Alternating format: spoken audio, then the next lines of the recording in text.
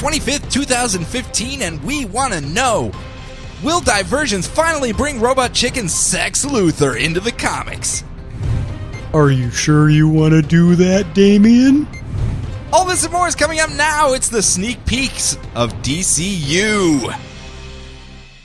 This day, we rescue a world from mysticism and tyranny, and usher in a future brighter than anything we can imagine.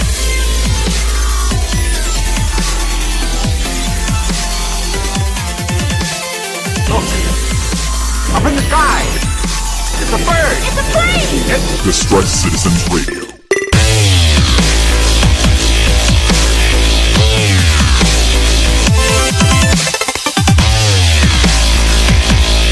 Buongiorno, people.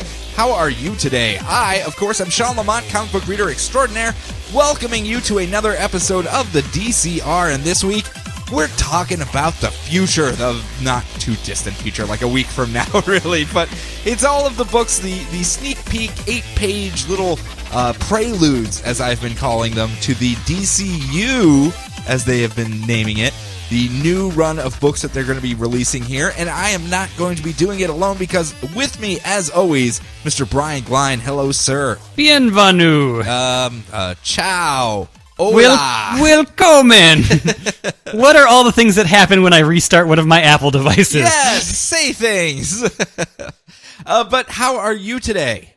I'm doing all right. Are you ready for the future? Can you handle the future? I don't know. I'm pretty sure you can. Okay. Yeah, we did it the last 2 weeks, so I'm pretty sure you can do it one more week. Yeah. But before we start, A, spoilers. They're going to be ahead. We're going to be talking about things. But B, it shouldn't matter to you because they're free. You can just go read these things online. You didn't have to pick up the books. They were in the the back pages of a lot of the physical issues from this week's Convergence. But you can head out to DC's site. You can head out to Comixology.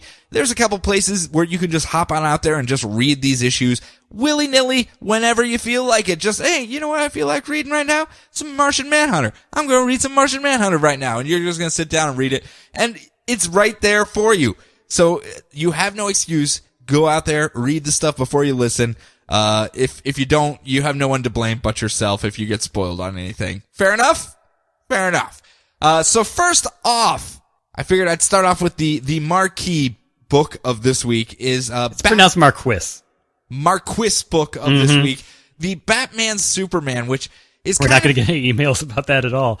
No, not at all. We had kind of already laid out the stage for Superman, and that is it's not going well for him. In the last 2 weeks of these preludes, we've seen he's been outed. Everyone knows that Clark Kent is Superman. We've also seen that he's lost his powers. He's lost his super suit, and it's even ripped his cape into little pieces because, you know, he's no longer Superman anymore, really. He is, but he isn't. So that's the Superman side of things. On the Batman side of things, Bruce Wayne's dead. Whoopsie. So taking the stage, taking the role on now is Commissioner Gordon in a robot suit, a robot Batman with bunny ears on it. And he hops around and makes no noise whatsoever when he runs. It's silent. Silent.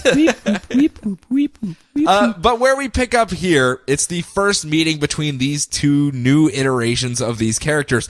And it is... He's the jumpin' Flash Batman.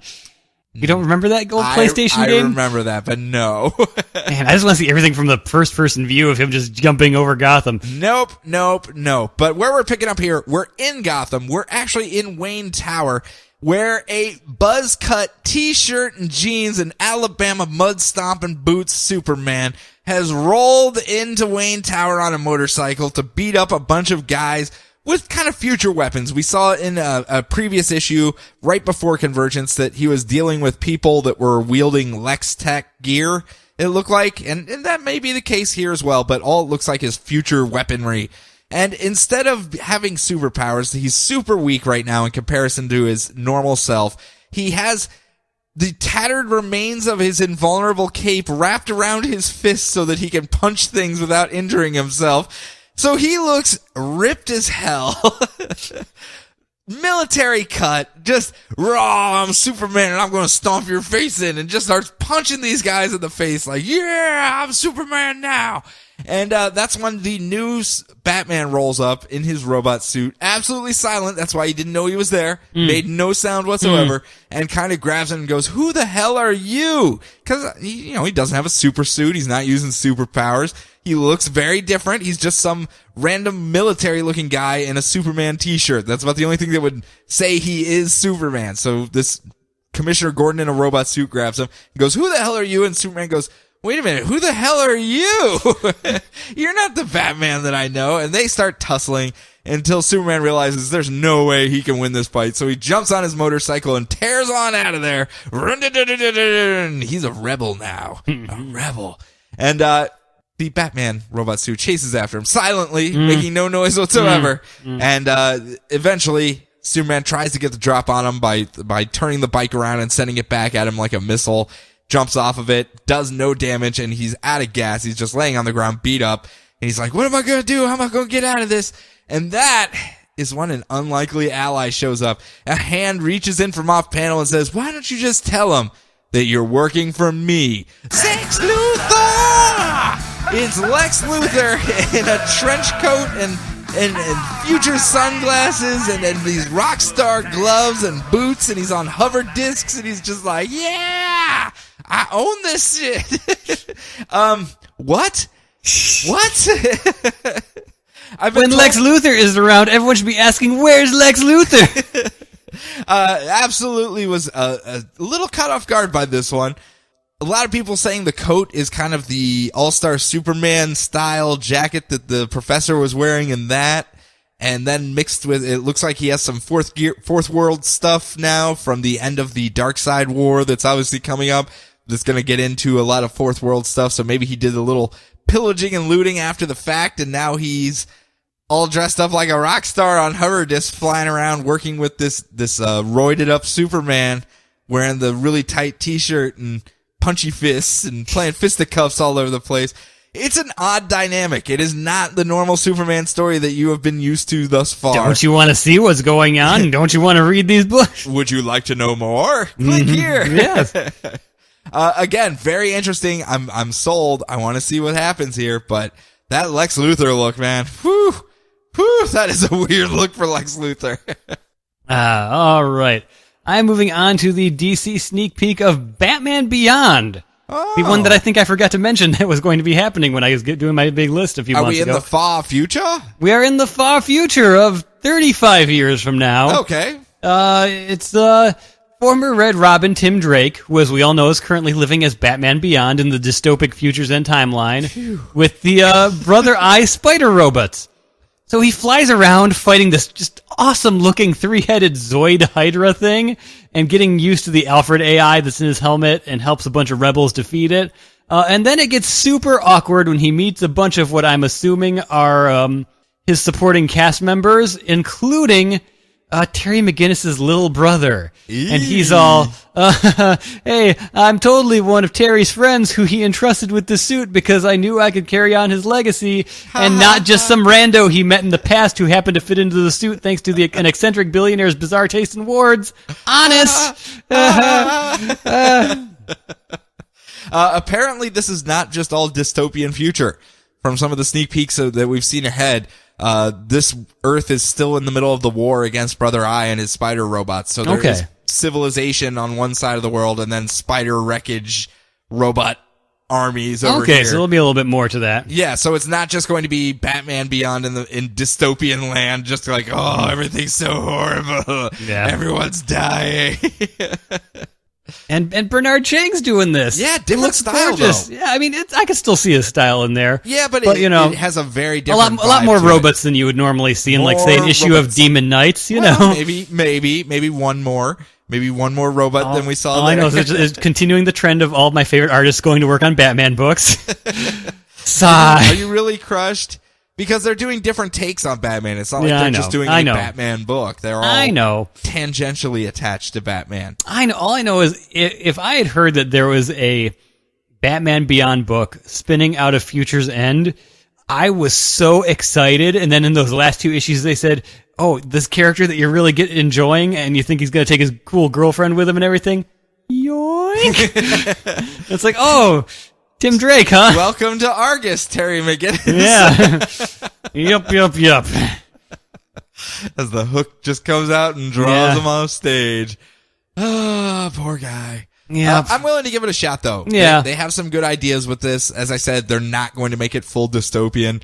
That in and of itself was my main worry, that it was just going to be utter depression with cranky freaking Tim Drake in the future. And I was like, I don't know if I could deal with that much. How many books is Tim Drake currently in now? I guess just Teen Titans and this. But yeah, now that's all he's in. But I mean, he got his own book. That's what everyone was clamoring for. Okay. Everyone wanted a Tim Drake solo book, that Red Robin book out there again. They want Batman Beyond to be in continuity, and they smushed it together in the way that no one was expecting at all. Not at all. So we have been caught off guard with surprises before, so I'm willing to give this a shot. Another one that's kind of off our radar that we weren't really looking at too much was Martian Manhunter. I've had conversations before in the past with you about how do you make a Martian Manhunter book work? It sounds like it would be very hard. It seems like it was a really powerful guy, like godlike power, more powerful than Superman, to be honest, with more power sets available to him. What is he gonna do? What's he gonna fight? And in this one, he has been called in by NASA because they lost a moonlander, a manned moonlander. That was harder to say than I thought it was gonna be. And they go, well, we can't get a hold of Superman. He's unavailable. Obviously, we know where he's at. He's stomping around Gotham City looking all badass. And so they call in Martian Manhunter for twofold. A, he can do it. And B, they don't quite trust him. There's actually even a line in this where they say, well, he takes on the persona of the cutesy superhero to keep us all feeling like he's not dangerous whatsoever. That he's actually an X factor. No one knows who he is or what he's actually doing anymore, because he's no longer on really any of the main teams. He was on JLA for a while and then wandered off, and now he's up in Canada doing something. Can't trust the guy when he goes up to Canada. What's he doing? We don't know. It's cold up there. Is he working with Dark Maple? Dark Maple, we miss you so much. Yes. So he heads on up to the moon, and when he gets there, he opens up the lander to find everyone dead. And inside, shock of all shocks, a white Martian is standing there waiting for him. And it knows him. It says, John Jones, rah, rah, rah, rah, rah, rah, and kind of knocks him out of the way and then lunges for Earth. And instead of telling the NASA people about it, he just says, sorry, looks like there was a faulty hatch here that killed everyone, as he sits up there and contemplates what this means for himself and for the Earth. And obviously this is going to have a bigger play. We see this in some of these other preludes. They start to make allusion to the fact that maybe Martian Manhunter has some loyalty issues with the Earth. And it might be the whole xenophobic vis-a-vis actual aliens is coming back full force via the Superman stuff. Yep. So I'm assuming that we're setting the stage for that with the universe. Obviously, the Batman Superman stuff, Batman vs Superman, is running with that angle as well. So you might as well start nudging the universe that way now, because you got a year to get it in place. So I don't know. We'll see.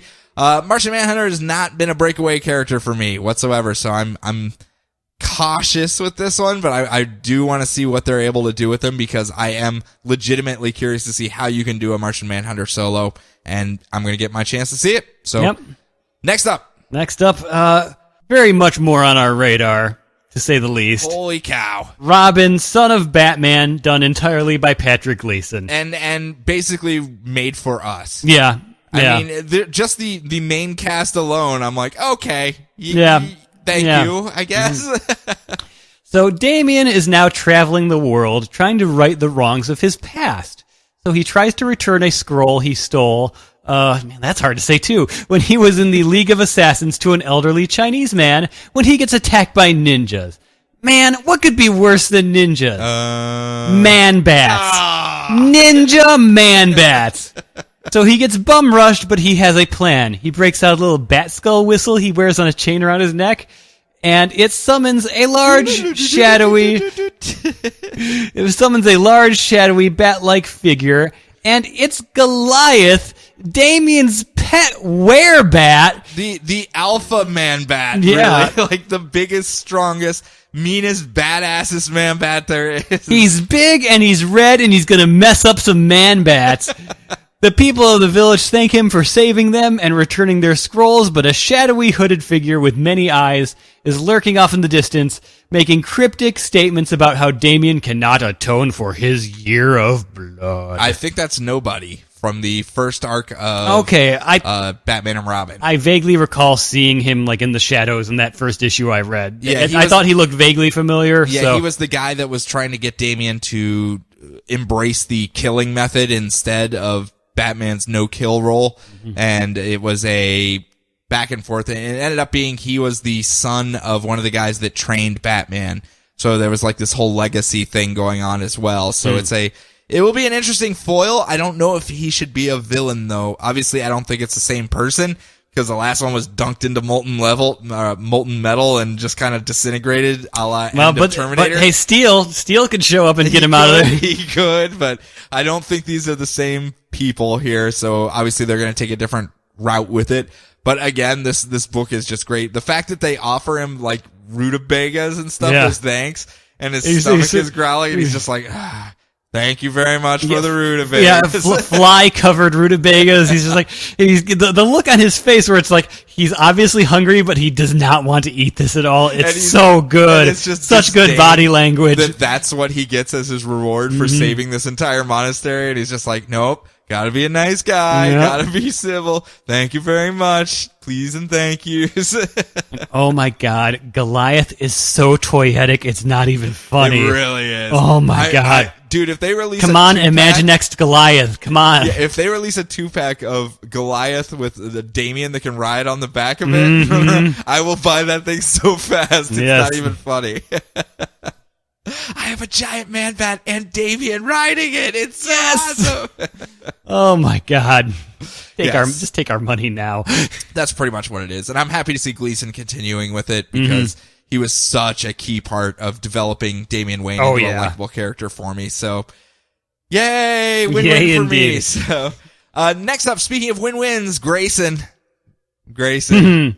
Don't need to sell us on that. I know.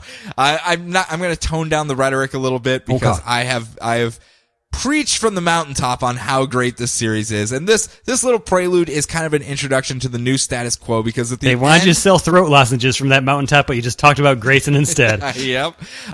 This one, at the end of the last issue before Convergence, Mr. Minos, the ex-leader of Spiral, had just been killed after his double, triple, quadruple crossing that he was doing in his own methods and everything, and now taking over the spy ring of Spiral is Helena Bertinelli. She is now the new leader of everything, which means Dick Grayson needs a new partner.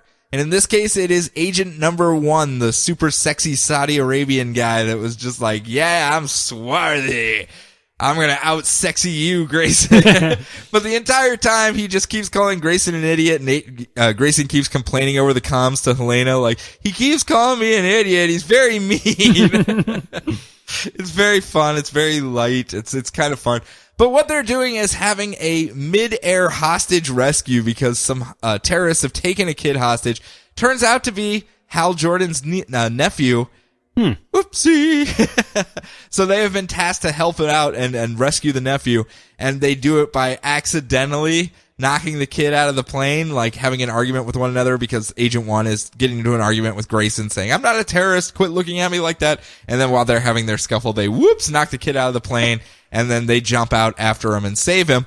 And when they get to the ground, the whole thing is that the kid is wearing a Batman t-shirt, and even Grayson, before they do this whole thing, is like, oh, you like Batman? And the kid just idolizes Batman, like, yeah, he's the best, he's awesome, he's great, I love Batman. And after this midair rescue where he just rips off his shirt and he has like the spy gear and the parachute and he lands, the kid's like, holy crap, man, are you Batman? Are you Batman? And Dick Grayson's just like, no, I'm not Batman. Wanted to be Batman at some point, probably was Batman, but you know, I'm just too cool for that, so for now, you can just call me Grayson. And that's how it ends. It's just an introduction to these characters, super spy motif, super fun dialogue. It's just so well done, everything about it. Hope he doesn't talk. No rhetoric. It's just a very well written story, and it leads me into wanting more of this style of book because Dick Grayson is a likable guy. He has a fun surrounding cast and an interesting thread that he can follow as far as the stories they can do with a spy agency that's running counter to everyone else, but not like they're helping people. They're doing things to help, but they have their own reasons for doing it. And I think it's a good story, especially because he actually does like the people he's working with now. It's not just this, I'm a double agent thing. It's legitimately, I like these people and I want to see them live. And I think it's going to be a fun read. And hopefully he doesn't blab to Uncle Hal about meeting the dead Nightwing. Yes. Shh, don't tell him anything about that. All right, moving on to Teen Titans. Continuing on the story where Wonder Girl and Power Girl have defected and joined up with Manchester Black. Have they defected, or has everyone else defected? And his team of counter Titans, let me get there, including Clarion, Guardian, and a Kid Flash, who they call Bart, but who knows? I don't know. He said he came back from the future. Yeah, he did, so I don't know. Bartor returns. Bartor returns. So Wonder Girl calls Robin, says she's still on his side, and they need to stop harboring a murderous Superboy. But Robin is convinced that Superboy has been framed. Manchester Black tracks the signal of his call to Youngstown, Ohio, but it was all a ruse to see if they'd come after them. The Titans, Red Robin, Raven, Beast Boy, Bunker, Superboy, and someone that we're just calling Ms. Derlin. Ms. Derlin. Yeah. Are actually in Chicago eating deep dish pizza and picking up on Dick Grayson's slack that he left. Oh, way to go, Dick Grayson. Yeah. And Wonder Girl, she tried to trick us. She is no longer a Titan. We are never, ever getting back together. Take that. We're the Titans now. Wonder Girl can go off and hang out with Manchester Black at Star Labs. Titans go! Yep. Best line out of this particular prelude, the technicians, when they're trying to track the signal, and they're like, it's in an abandoned steel mill in Ohio. They're like, okay, well, there's like 10 million of those in Ohio. Yep. I've been through there. I know. Mm-hmm. Do we have anything a little more precise here? Local humor. Mm-hmm. Local humor. Mm-hmm. Next up, though, new Suicide Squad. Same team. Different vibe a little bit. A little bit of a different vibe. Did Vibe join? No, Vibe didn't join. It's not that different of a vibe. Okay. But remember how when we had started this whole thing where I said, hey, maybe they're going to do this as they can kind of poke into current events and take a different angle with them and maybe try some things out, like they were going to Russia and having their stuff going on there when we weren't getting along with them and blah, blah, blah. This one, they're in eastern Ukraine looking for rocket reds that Russia has illegally placed there to help the insurgency. And I'm like, okay, well, that's kind of a neat little tie-in with, ripped from the headline style story, but obviously completely comic booked up and everything. And they end up finding said rocket red, which was a giant, like, mechazoid, 2-story tall rocket red robot, and they're just like, okay, well, this is a little out of our power level, because it's just Black Manta, Harley Quinn, and Captain Boomerang. That's all they sent after this giant rocket red. And Harley, of course, is being crazy. Black Manta's running around just like holding his heads to his giant helmet, or his hands to his giant helmet, like, oh, I can't keep control of these people. And Captain Boomerang, apparently, just like in Convergence, has cancer or something because he just gives up the boomerang motif and steals a tank to shoot it. He's like, whatever. I mean, sometimes you can't get it done with just a pointy stick. Know what I'm saying? Wink, wink, nudge, nudge. It's kind of campy, kind of fun. Captain Boomerang, by far the breakout fun character for me, because he's just very sarcastic, very like, can I bring the tank home with me? Oh, you guys suck. I could have been Captain Tank Guy. I mean, it's just a very fun character. And then Harley Quinn, it was a little too far with the crazy, I think. Just running out to try to finger gun down the giant thing. Yeah, just like bang, bang, bang. And then Black Man has to pull her out of the way. I'm like, okay, I like kind of crazy, but not just stupid crazy, which is just going to always be a liability, because why would you want her there, period, if that's the way they're going to have her. But regardless, again, kind of fun. The big twist on it is that the bureaucracy back in DC, though, hot litigation action. They're all kind of wary about Task Force X, and they think it's outstayed its welcome, so they've put their plans in motion to dismantle Task Force X. Woo! Yeah, litigation. Creep. Bureaucracy. Yeah. So we'll see how that one plays out. All right, moving on to Secret Six. How many issues should we have had of Secret Six already? 4 or 5 by now? Have we gotten like 2, 3? 2. Okay. All right, so it's the Secret Six of Catman, Black Alice, Big Shot, Strix, the Ventriloquist, and Porcelain in a new costume and just sort of Grace Jonesing it up as much as humanly possible. They're at a museum, seemingly to steal... Museum heist! Woo! Yes! They are seemingly there to steal the Eternity Gem, but it turns out they're just there to stop some terrorists from taking it. It's originally from Karak, so the Secret Six saves the museum guards, but don't call them good guys. They're the Secret Six. And you can see each one of the characters do their little thing. Like Black Alice summons the powers of John Constantine, which I guess leads to her cosplaying John Constantine. Like Rule 63, John Constantine. You know what? If that's how they're going to do the image work for showing her powers, where she's just basically cosplaying as whoever she takes her powers from, that could be really fun. It is fun, yeah. It could be a lot of fun, and it could lead to a lot of cosplay stuff for other people that just look at it and just keep up with the book and go, oh, hey, here's a different version of, I don't know, Killer Croc. Yeah. I don't know. I'm stealing his powers. I'm getting his accent and being all grumpy, I guess. I'm surly now. I got his powers. I still kind of love Big Shot. He's kind of great. He's just some like washed up old detective looking guy, and he can get really big. Yep, that's all he's got. I think Strix had the breakaway though. Oh, yeah, I know you love your Strix with her sticky notes. So what was it? This one? Sorry, I broke you. Yes, sorry, I broke you. Like BROK. I'm assuming letter that she U has written prior, like she knew she was going to break someone. Yeah. It's just like, oh, sticky note on forehead. Yep. Walk away. Yeah, well, I like Catman's new costume. It's pretty cool. Yeah, it is. It is a nice modern take on the guy too. Yeah. Not as campy. I mean, the last Secret Six run with him, it wasn't very campy either, but it was of its time as well. Not that it was that long ago, but I think this one works out a little bit better. Yeah, he's new 52'd up a bit, and that's not necessarily a bad thing. No. Hopefully get him some more screen time elsewhere outside of the comics as well. Yeah. I think he could be a fun character to kind of lead people along a path that if they get him interested, if you get people interested in Catman, that takes you into some of the weird side alleys of the DC universe. Oh, yeah. Where a lot of fun stuff is going on that most people would probably gloss over and not even look at. Yeah. So, see him wandering into Arrow. Yep. That'd be interesting, wouldn't it? Yeah. Catman! Supposedly they're going a little more campy, lighthearted with that, so... It's working for Flash, so... Yeah, it makes sense, honestly. Last one for me is Catwoman.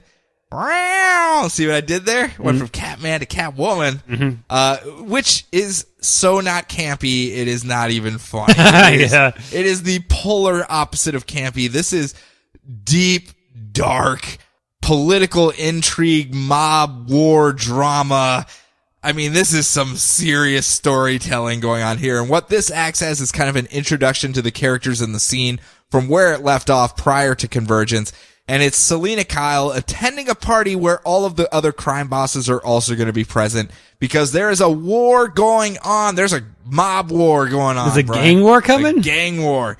And it's between Black Mask and the families he has brought under his banner, all the crime families, Catwoman, who's head of the Calabrese family, and all the other families that have signed on with her, and the X Factor in the middle that Catwoman has signed a non-aggression pact with is Penguin, who is kind of rebuilding up his power base now and getting everything together. And building all of his long-range missiles. Yep, but they don't know which way he's going to go. Which way is he going to go?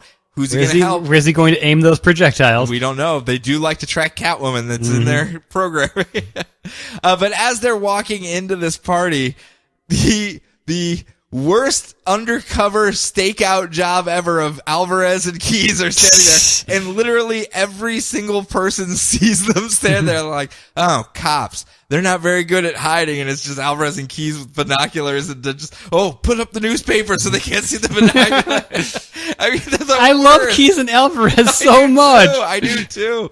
But they're also. Are they making out yet? No, not yet. Still that moonlighting. Yeah. But they're working with Catwoman to kind of figure out who's corrupt within the system so that they can out them and clean up the whole GCPD. And also, she goes out, Selina goes out. She's usually just Selina Kyle, mob boss. But whenever the war starts to get too close to town, she kind of goes in and breaks it up as Catwoman. And that's what she uses the Catwoman role for. Like, whoa. I'm not here as Selina Kyle, head of the mob. I'm here as Catwoman to kind of get this outside of the where there could be collateral damage. And I was like, you know what? That's actually a pretty good setup for Catwoman. as far as, okay, she's still going to do the whole spandex and whip thing, but the reason she's doing it is to say, hey, I'm not representing the mob family right now. I'm just here as a protector of the regular citizens. Break it up, guys. Take it outside of town. Go gang fight over there. Tie your wrists together and snap your fingers at one another and march and dance and do all that stuff, but outside of town, please. You're upsetting the children. Please, just get out of there. The final ally that they actually introduce is the unlikely one of Aiko Hasegawa, who is the daughter of one of the crime mob bosses that's underneath Black Mask that is also working with Selena Kyle. And she's still dressing up as extra Catwoman, Selena told her to stop it for now, and she's just kind of helping her from the mob daughter lieutenant capo style, just passing information and trying to stage things for her and get stuff done that way. So, and she's awkwardly making out with Catwoman, right? Kind of. There's a hint at a romance there, but they don't have the time to pursue it. And obviously, if they were found out, a lot of people would die. So they're just kind of like, we should probably keep this on the DL and not really pursue this at the moment. I'm just saying, come on, Keith and Alvarez, catch up already. Yeah, well, that's just it. They have to wait for Keys and Alvarez. There's a queue, and they're first in line, and they're like, come on, guys. We saw what happened on New Girl. We're just pacing it out a little further, that's all. The stage is set. Obviously, there's so much interplay you can do with this storyline and all of these characters and betrayal and intrigue, and it's a really well done mob story. It's completely different from everything Catwoman before Genevieve Valentine took over, and give it a shot. Honestly, just take a peek at it. It may not be your bag. It may not be your style. It's a heavy read, and I'm not saying that as a negative. It's just there's a lot of dialogue, a lot of trying to figure out the motives of people, but once you crack into it, it's a really good read. So I will leave it at that. All right, finishing off with Gotham Academy. Oh, Gotham Academy. I figured I'd leave it for last because I wanted your voice to be blown out by this point, so you could just be like screaming, maps. Well, see, awesome. It's very hard to recap this. All I really have to say is it's just an adorable, grade school level, terrible poem by Maps about how awesome her friends are, and all of these ridiculous Scooby-Doo adventures that the Gotham Academy gang haven't had yet, but they totally will, honest. At some point. And it's like them fighting mummies and stuff, and I would love to be able to go back to this and see that, all the things that she was talking about here is actually hinting at a slightly less goofy Scooby-Doo style thing that's going to happen in the book over the next, couple months. Well, I would love that. That would be great. There's the link between the school and Arkham Asylum, so they're going to be playing that up and trying to figure out that mystery. That's like the main thread that they're following through the book, but plenty of room for weird Scooby-Doo adventures throughout the whole thing, especially with the custodian. yes. And all their weird stuff they have going on. I did like the line of throwing 20s all day long, just to keep that Maps Dungeons and Dragons playing D&D like a boss. Yeah. Yeah, and Minju Helen Chen has been doing the artwork. She's been kind of filling in when Carl Kerschel can't, and it just looks great. It does. It's not quite the same, but it still has the same tone to it. It's a literal Disney animator doing the artwork, so you can't go wrong in my book. Well, yeah, because you're a fanboy. Well, yes. But I'm not a fanboy, and I'll say it's really funny and good. Yeah.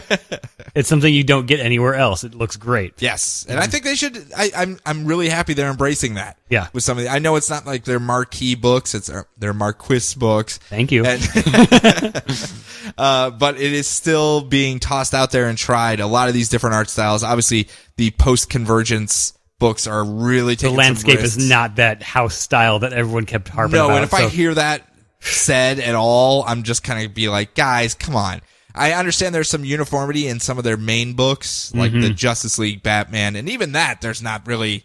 I wouldn't call it uniformity. Certainly not with Greg Capullo. Capullo and Manipal, a little different there. Yeah, and then there's a lot of people doing different styles, but I can understand if there's some cohesion in the way they make characters look, at least, so that there's a link between that. Because remember, this post-Convergence stuff, we have stuff that is totally core within the continuity. These books will reference one another and deal with one another, and there's like 21 books of that or whatever.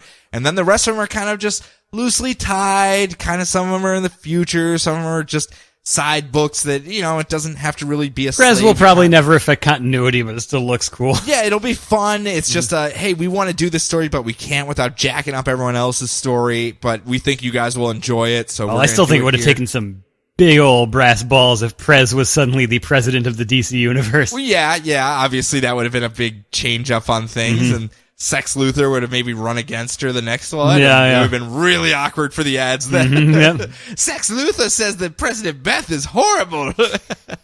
Yeah! But yeah, I mean, there's big risks being taken. I'm cautiously optimistic right now that people will embrace it.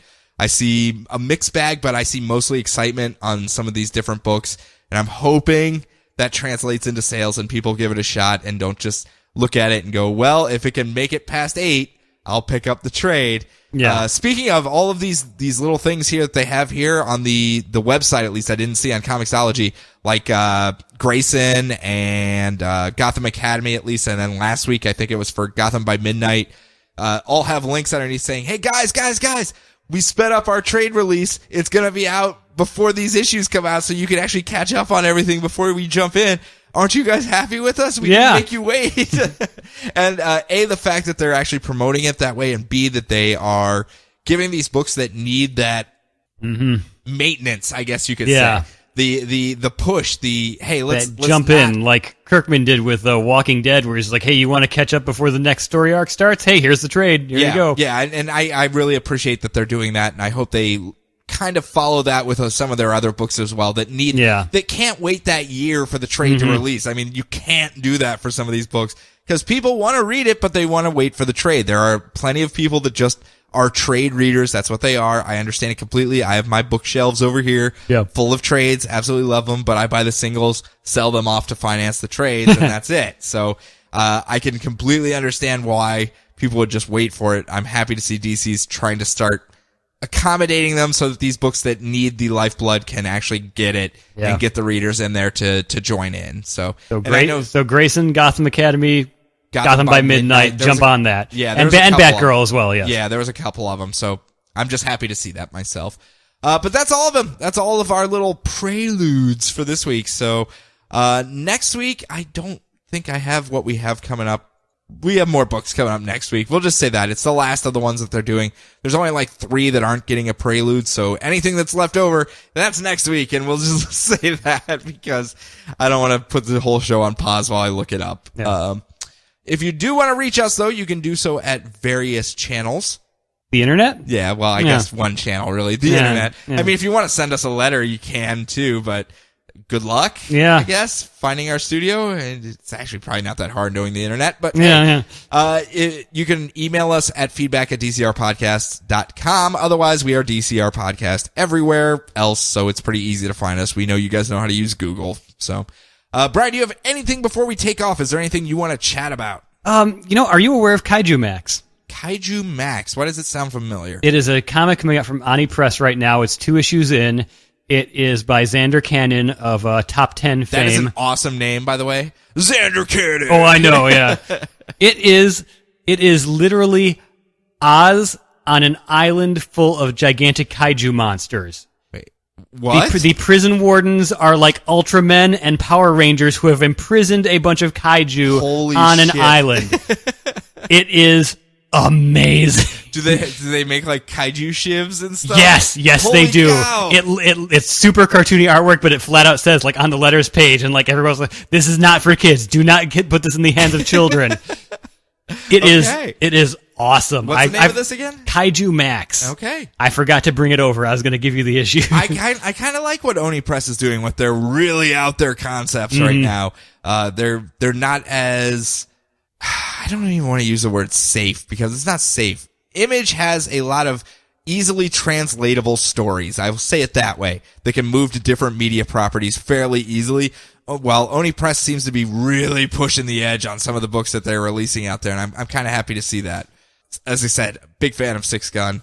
That almost got that media translation over, but I think it fell a little short. But hopefully that doesn't end sometime soon. So I know the book's coming to a close, but hopefully we get something out of that moving down the line. I know there's a role-playing game for Six Gun coming out. Really? Yeah, like a rule set for that. So, yay. I'm a fan of just reading those books. I don't get a chance to play them, but I'm a fan of just like seeing how they put it together and stuff like. I'm weird. I'm stupid. I'm a That's dork. all right. So, but anyway, you guys know how to contact us. I told you guys to buy stuff. We talked about what was next week, which is I don't know, but the rest of the stuff. So without any further ado, guys, enjoy your books, enjoy your week, enjoy your lives, and we're going to talk to you next week.